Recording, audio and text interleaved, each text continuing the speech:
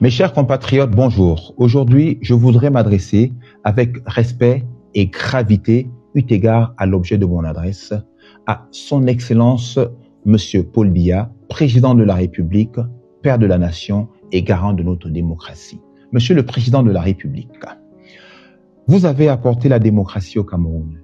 Et qui dit démocratie, dit liberté d'expression. C'est grâce à vous que chacun peut aujourd'hui s'exprimer librement, même ceux qui n'ont jamais géré ni une association, ni une équipe, ni un groupe d'hommes.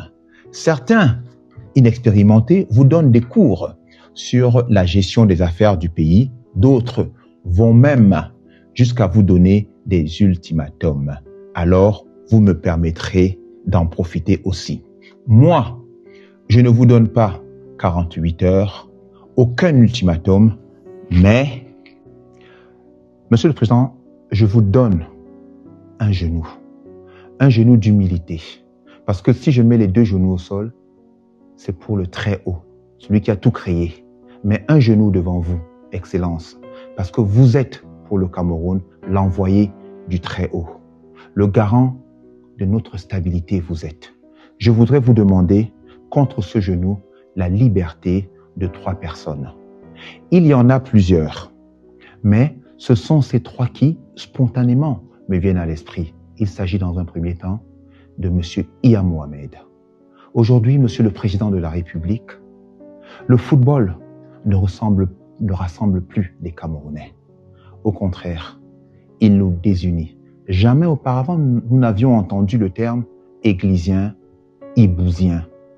Au temps d'Iya Mohamed, malgré les divergences, quelle que soit la situation, les Camerounais se retrouvaient autour du football.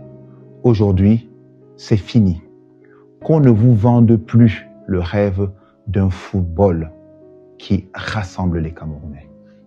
Iya Mohamed savait naviguer en eau trouble. En deuxième position, je penserai à Monsieur Polycarpe Ababa. Il a relevé les impôts au moment où l'État avait besoin de plus de moyens financiers. Il a modernisé l'administration fiscale. Il a contribué à l'atteinte du point d'achèvement pour le Cameroun. Mais surtout, c'est un homme profondément humain. Il a pris la défense des jeunes, et mes souvenances, des jeunes temporaires qui ne percevaient pas leur salaire depuis pratiquement 2 mois. Il disait aux inspecteurs des impôts que si ces derniers recevaient des primes, c'était bien pour qu'ils se présentent correctement devant les contribuables, pas qu'ils ressemblent à des racketteurs ou à des mendiants. Il était très favorable vis-à-vis de ses collaborateurs, souhaitant un prêt financier, qui pour construire une maison, qui pour acheter une voiture. En troisième position, je penserai à Zacchaeus Faure Njindam. Nous savons, Excellence Monsieur le Président, ce qu'il a apporté au chantier naval et industriel du Cameroun. Il est un de ces patrons qui recrute des Camerounais de toutes les régions. Et surtout, Monsieur le Président de la République, vous-même l'avez félicité pour son travail. Votre parole lui a donné une valeur particulière, une reconnaissance unique.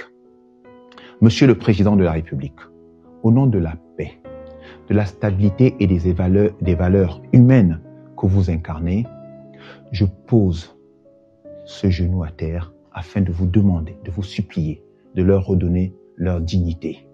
Offrez-leur une nouvelle chance par la grâce présidentielle. Il y en a d'autres, Monsieur le Président. Je voudrais m'adresser, Maman Chantal, première dame, maman du Cameroun, s'il vous plaît, dites une parole à papa.